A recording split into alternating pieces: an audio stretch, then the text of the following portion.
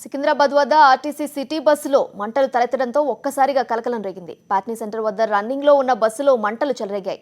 గమనించిన ప్రయాణికులు వెంటనే బస్సు దిగిపోయారు. దీంతో ప్రయాణికులకు పెను ప్రమాదం తప్పింది. అందరూ చూస్తుండగానే మంటలు వ్యాపించి కాలిపోయింది. సమాచారం అందుకున్న అగ్నిమాపక సిబ్బంది హుటాహుటిన ఘటనాస్థలికి చేరుకొని మంటలను ఆర్పివేశారు. పెను ప్రమాదం తప్పడంపై ప్రయాణికులు ఊపిరి పీల్చుకున్నారు.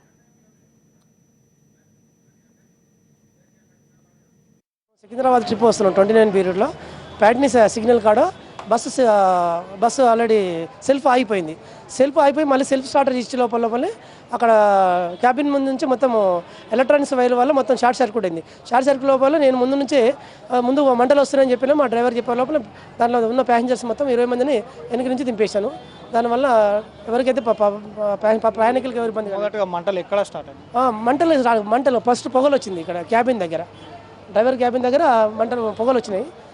తర్వాత అక్కడ నుంచి కింద నుంచి మొత్తం మంటలు వచ్చేసి కింద నుంచే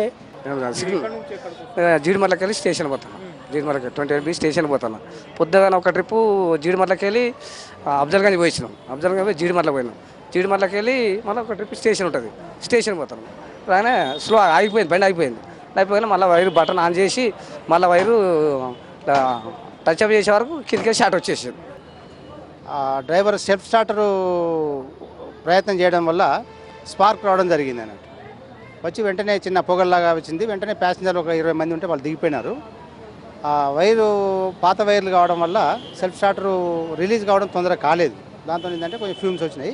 వెంటనే ఫైర్ ఇంజిన్ ఆఫ్ చేయడం జరిగింది. ఎవరికి కూడా ప్రాణహాని కానీ అటువంటిది ఏం లేదు. డ్రైవర్ కానీ కండక్టర్ కానీ ప్యాసింజర్లకు కూడా ఏం ప్రాబ్లం లేదు.